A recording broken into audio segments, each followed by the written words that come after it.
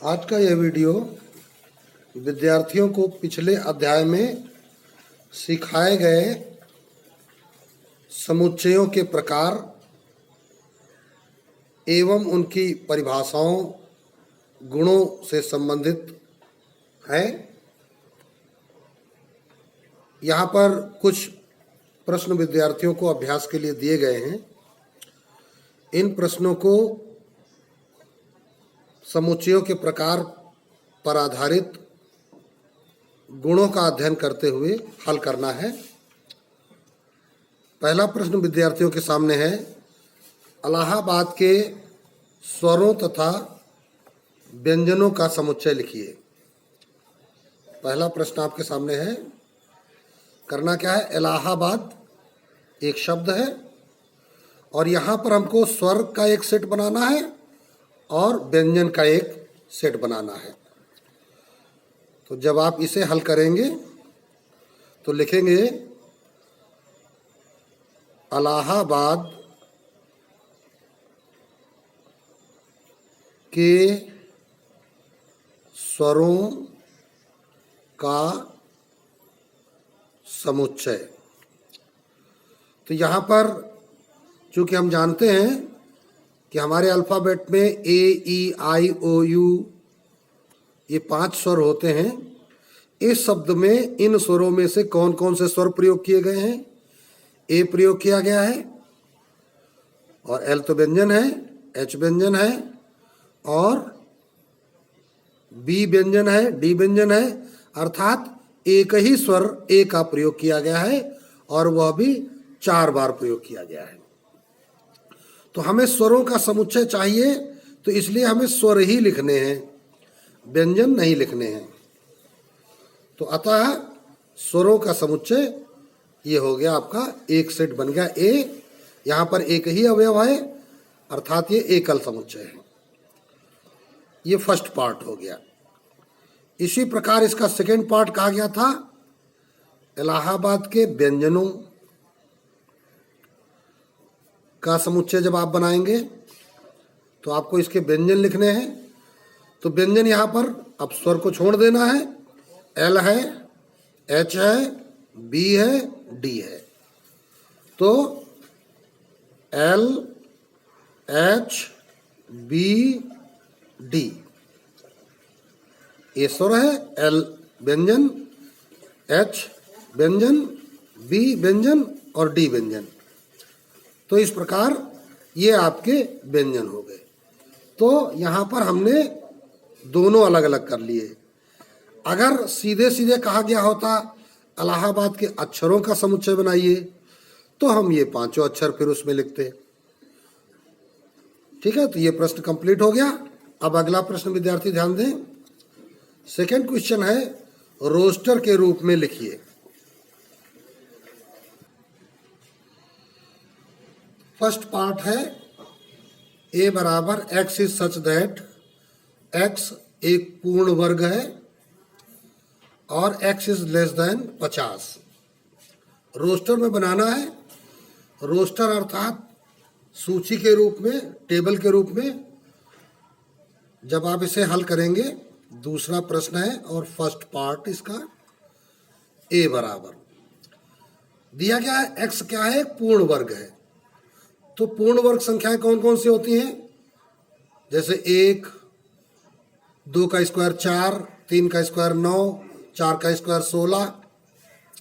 इस प्रकार हमको जाना है कहाँ तक? 50 से कम। 50 से ऊपर नहीं होना चाहिए, 50 भी नहीं होना चाहिए। तो 50 से पहले 49 होता है 7 का स्क्वायर। तो अर्थात हम क्या लिख देंगे? पूर्ण वर्ग संख्याएं जैसे 1 का स्क्वायर 1 होता है, 2 का स्क्वायर 4, 3 का स्क्वायर 9, 4 का स्क्वायर 16, 5 का स्क्वायर 25, 6 का स्क्वायर 36, 7 का स्क्वायर 49, 8 का स्क्वायर 64। ज़्यादा हो जाएगा लिमिट से। तो बस इतना बड़ा सेट बन गया ए बराबर। अब आते हैं सेकेंड पार्ट में। X is such that x 2 अंकों की ऐसी संख्या है, अर्थात संख्या में अंकों की संख्या 2 है, जिनके अंकों का योग 4 है। अब 2 अंकों वाली संख्या चाहिए और अंकों का योग होना चाहिए 4।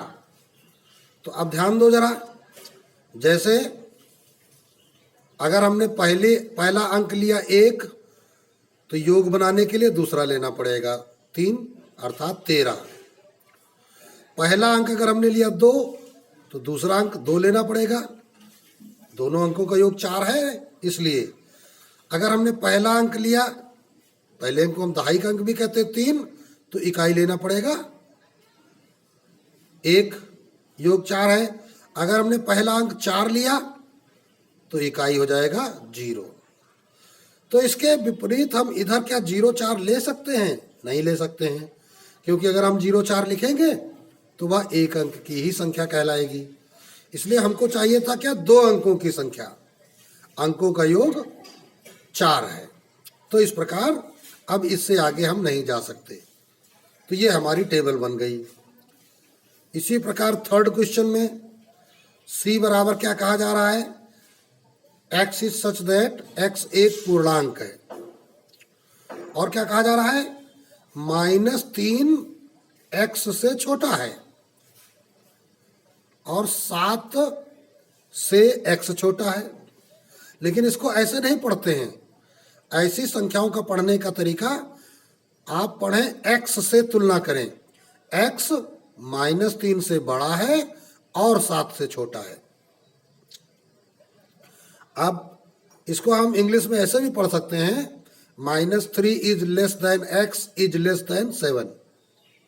या दूसरा तरीका है, x is greater than -3 and less than 7। -3 से बड़ा क्या चाहिए? पूर्णांक चाहिए, और 7 से छोटा पूर्णांक चाहिए। तो -3 से बड़ा पूर्णांक -2, -1, 0, 1, 2, 3, 4, 5, 6, और 7 से छोटा चाहिए तो 7 नहीं ले सकते हैं। तो बस यहीं तक रहेगा। इसी प्रकार आगे देखते हैं।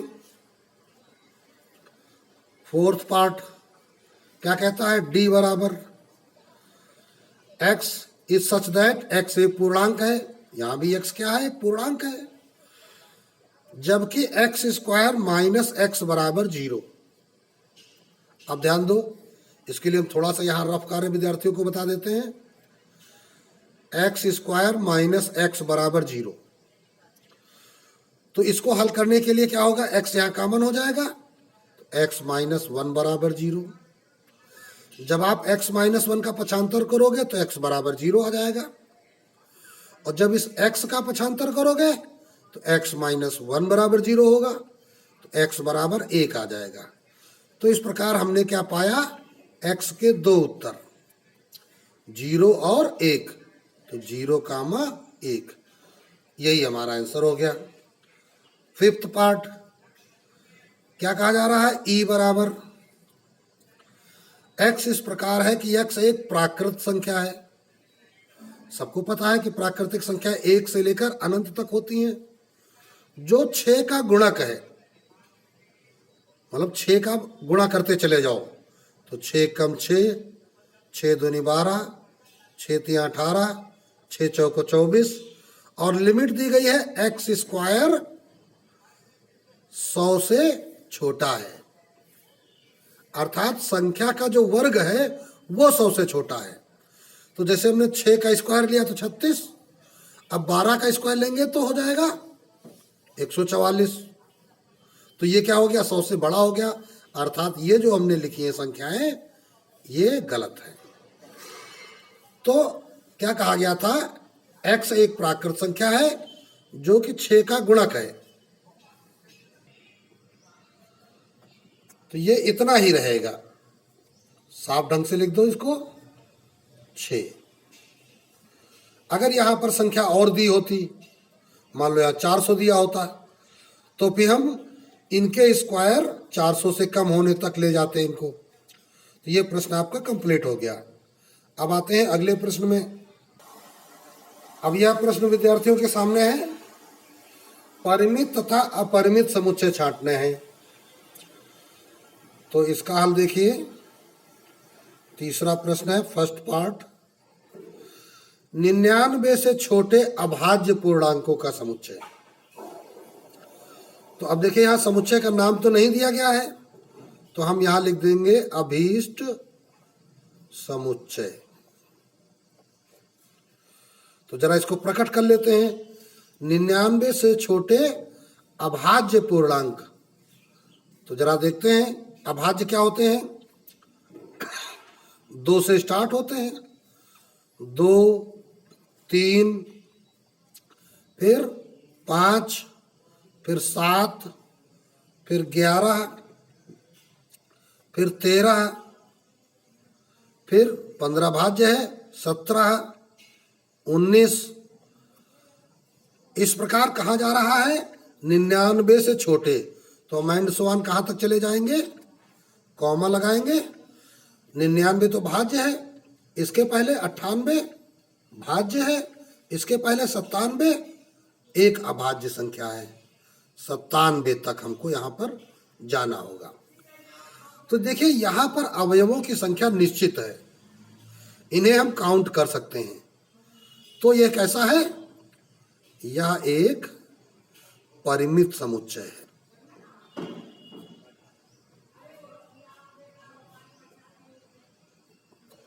यहां पर लिख देंगे अतः, मतलब यहां पर अवयवों की संख्या निश्चित है।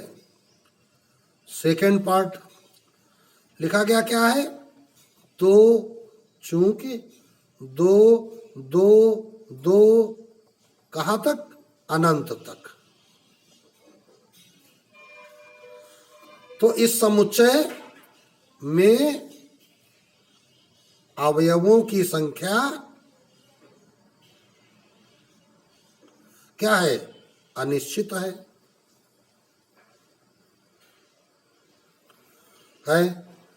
इसलिए यह समुच्चय अपरिमित है।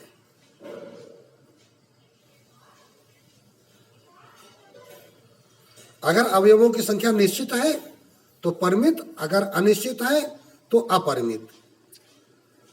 इसी प्रकार थर्ड पार्ट में 100 से बड़े धन पूर्णांकों का समुच्चय। तो वही हम लिखेंगे अभीष्ट समुच्चय। तो 100 से बड़े धन पूर्णांक लिखने हैं, 101, 102, 103 और आखिरी लिमिट क्या है, पता नहीं, अनंत तक। तो इस प्रकार ये क्या हो जाएगा, अतः अवयवों की संख्या अनिश्चित होने के कारण समुच्चय अपरिमित है। अवयव अनिश्चित होने के कारण समुच्चय अपरिमित है। फोर्थ पार्ट क्या कहता है, 1, 2, 3 से लेकर 99, 100 तक। तो यहां पर अवयवों की संख्या क्या है, 1, 2, 3 से लेकर फिर कौन मिला, 99, फिर कौन मिला, 100, और यहीं पे स्टॉप लग गया। तो अब यहां पर निष्कर्ष क्या आया, अवयवों की संख्या अतः अवयव निश्चित हैं, अतः समुच्चय परिमित है। तो इस प्रकार ये प्रश्न आपका कंप्लीट हो गया। अब अगला प्रश्न देखिए, कौन कौन के से समुच्चय एकल हैं। जैसे फर्स्ट पार्ट दिया गया है, x is such that 3x बराबर 4। तो देखिए जब 3x बराबर 4 दिया गया है तो x बराबर क्या हो जाएगा, 4/3। इसकी वैल्यू क्या आ जाएगी, 4/3। अब देखिए यहां पर एक ही अवयव है, तो क्या कह देंगे, इसका मतलब ये क्या है, एकल समुच्चय।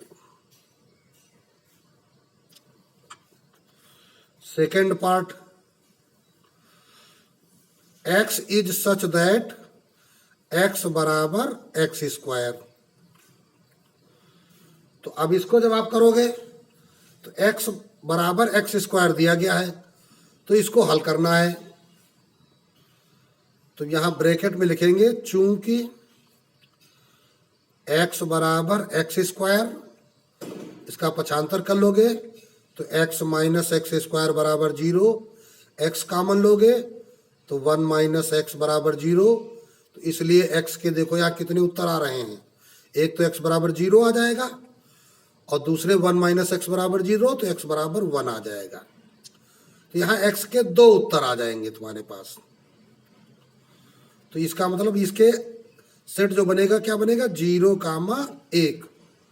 तो यहाँ अवयव कितने हैं, 2 है। तो लिखेंगे अवयवों की संख्या 2 होने के कारण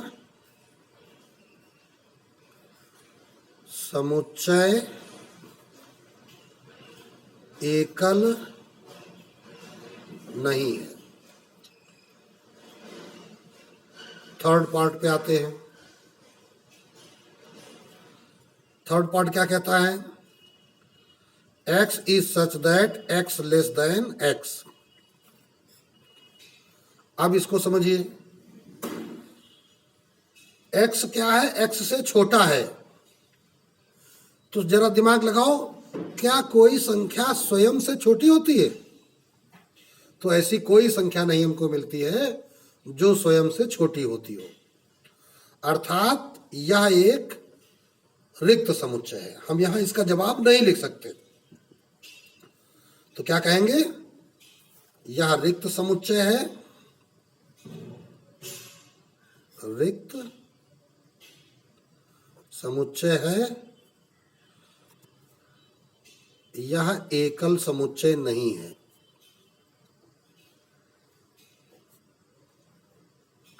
एकल में एक अवयव होना चाहिए। आगे चलिए, अगला फोर्थ पार्ट देखिए, क्या कहता है fourth part, x is such that x एक सम अभाज्य संख्या है। x एक सम अभाज्य संख्या है। तो सम अभाज्य संख्या के बारे में हम जानते हैं कि केवल 2 ही ऐसी अभाज्य संख्या है जो कि सम है। तो यह एकल समुच्चय है, यह एकल समुच्चय है। अब आगे आते हैं, फिफ्थ पार्ट क्या है, x is such that x is less then 9। x 9 से छोटा है, तथा x is greater than 7, x 7 से बड़ा है, और क्या है, धन पूर्णांक संख्या है। कहा जा रहा है x is such that x is less then 9 तथा x इज ग्रेटर देन 7, धन पूर्णांक संख्या। तो इसका रिजल्ट क्या आएगा, 9 से छोटी 7 से बड़ी, अर्थात 8 ही एक धन पूर्णांक ऐसा है जो 9 से छोटा है और 7 से बड़ा है। तो अतः यह एकल समुच्चय है। यह प्रश्न भी विद्यार्थियों का कंप्लीट हो गया। अब अगला प्रश्न विद्यार्थियों के सामने है, रिक्त समुच्चय है या नहीं है। तो फर्स्ट पार्ट देखते हैं, x is such that x plus 5 बराबर 5। तो बराबर, देखो यहां पे हल करते हैं, चूंकि x प्लस 5 बराबर 5, तो x बराबर 5 माइनस 5 अर्थात 0। तो x की वैल्यू क्या निकल आती है, 0। तो अब यहां पर क्या हो गया, 0 रिजल्ट निकल आया। तो इसका मतलब यह एकल समुच्चय है, रिक्त नहीं है। यह समुच्चय रिक्त समुच्चय नहीं है,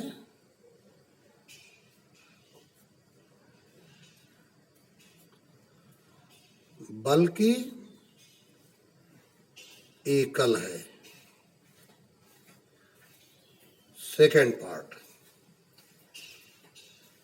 x is such that, x अंग्रेजी वर्णमाला में ए से पहले का अक्षर है।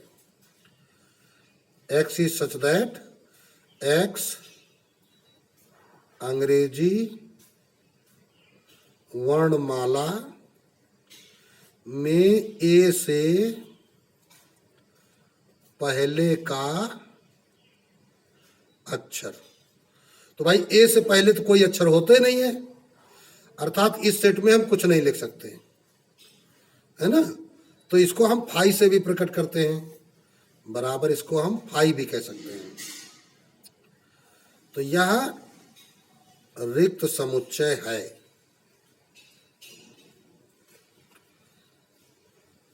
थर्ड पार्ट क्या कहता है, सम अभाज्य संख्याओं का समुच्चय। सम अभाज्य संख्याओं का समुच्चय। तो सम अभाज्य संख्याएं हमको पता है कि दो एक ऐसी सम संख्या है जो अभाज्य भी है। तो यहां एक रिजल्ट हमको मिल रहा है, तो क्या कहेंगे, अतः यह समुच्चय रिक्त नहीं है। अब आइए फोर्थ पार्ट देखिए। फोर्थ पार्ट में क्या लिखा है, x is such that x belong to n. X belong to n, और क्या कह रहा है, एक्स 5 से छोटा है, एक्स 5 से छोटा है तथा एक्स 7 से बड़ा है। और बिलोंग टू एन क्या मतलब क्या है, एक प्राकृतिक संख्या है। तो प्राकृतिक संख्याएं 1 से लेकर अनंत तक होती हैं। अब कह रहा 5 से छोटी होनी चाहिए और 7 से बड़ी होनी चाहिए। तो ऐसी तो कोई संख्या होती नहीं है जो 5 से छोटी हो और 7 से बड़ी हो।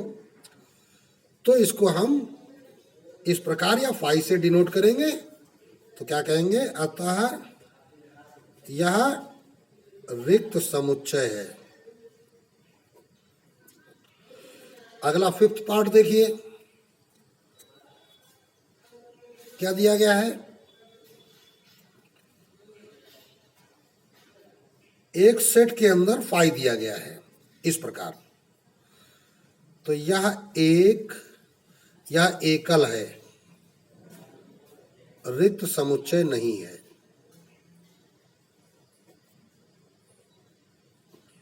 अब प्रश्न उठता क्यों नहीं है, इसमें तो फाई लिखा है। तो इस समुच्चय का अवयव फाई है। यहां पे फाई क्या है, इसका एक अवयव है, इसलिए यह एकल है, रिक्त नहीं है। 6 पार्ट देखिए, x is such that x square बराबर 4, और एक्स एक विषम संख्या है। कहा गया है x is such that x square बराबर 4 तथा एक्स एक विषम संख्या है। तो इसका रिजल्ट जब हम हल करेंगे तो एक्स स्क्वायर बराबर 4, तो एक्स बराबर √4, तो प्लस माइनस 2 आ जाएगा। लेकिन प्लस माइनस 2 उसमें जब अगर सम संख्या की बात करेंगे तो 2 एक सम संख्या है और ये कह रहा है विषम संख्या है, तो इसके लिए हमको कोई जवाब नहीं मिलेगा। तो यह रिक्त समुच्चय है। तो इस प्रकार यह प्रश्न भी विद्यार्थियों का कंप्लीट हो जाता है। ठीक है, अब अगला प्रश्न विद्यार्थी देखें। समुच्चय निर्माण विधि से लिखना है, जिसको हम गुण विधि भी कहते हैं। ए बराबर दिया गया है 1, 3, 5, 7, 9। अब आप देखिए कि इन संख्याओं का गुण क्या है। पहली बात, ये संख्याएं कैसी हैं? एक से बड़ी हैं तो प्राकृतिक संख्याएं हैं। दूसरी बात, यहां पर अगर ध्यान से देखोगे 1, 3, 5, 7, 9 तो ये विषम धन पूर्णांक है। ये क्या है? विषम धन पूर्णांक। तो हम लिखेंगे x is such that x विषम धन पूर्णांक है। x क्या है? विषम धन पूर्णांक है। और दूसरी बात क्या है? ये x जो है इसकी लिमिट क्या है? 9 तक है। अर्थात कोई विषम धन पूर्णांक इससे बड़ा वाला हम लेंगे तो वो क्या हो जाएगा? 11। लेकिन ये 10 से छोटा है तो हम लिख देंगे x इज लेस देन 10। तो 10 से छोटा विषम धन पूर्णांक, इसको भी ऐसे भी कह सकते हैं 10 से छोटे विषम धन पूर्णांकों का समुच्चय। अब ये फर्स्ट पार्ट हो गया। सेकंड देखिए क्या है? b बराबर 6, 12, 18, 24। इसका गुण क्या है? ये गुण हमको देखने को मिल रहा है 6 का पहाड़ा लग रहा है। 6 कम 6, 6 दूनी 12, 6 त्रिक 18 और 6 चौको 24।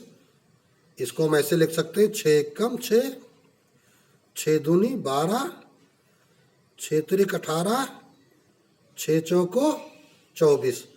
तो इस प्रकार 6 का गुणा कायम हो रहा है 1, 2, 3, 4। ये क्या है? 1, 2, 3, 4 प्राकृतिक संख्याएं हैं। तो x is such that x बराबर 6n या स्मॉल n लिखेंगे।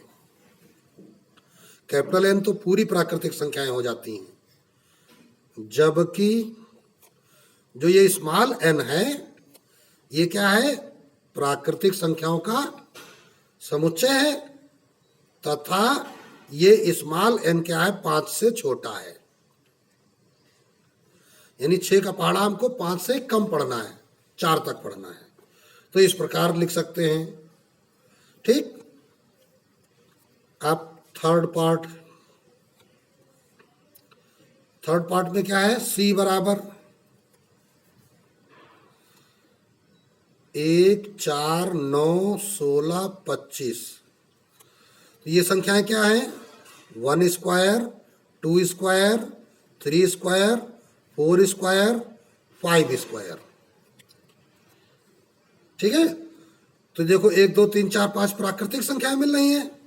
तो x is such that x बराबर n स्क्वायर। प्राकृतिक की जगह n लिख देते हैं, स्क्वायर सब में लगा है, कॉमा n क्या है? प्राकृतिक संख्याओं का एक समुच्चय है या अवयव है तथा n जो है वो क्या है? 6 से छोटा है। या चाहो तो ऐसे भी लिख सकते हो 5 या 5 के बराबर है। ऐसा भी 5 या 5 से छोटा है, 5 या 5 से छोटा है, यानी 1 से लेकर 5 तक, ऐसा भी कहा जा सकता है। अब आते हैं फोर्थ पार्ट में क्या दिया गया है? d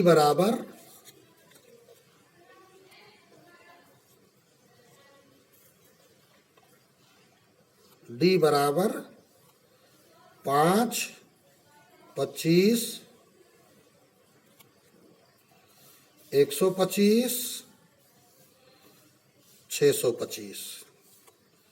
अब देखिए, तो अब देखो ये क्या है? 5 की घात 1, 5 की घात 2, 5 की घात 3, 5 की घात 4।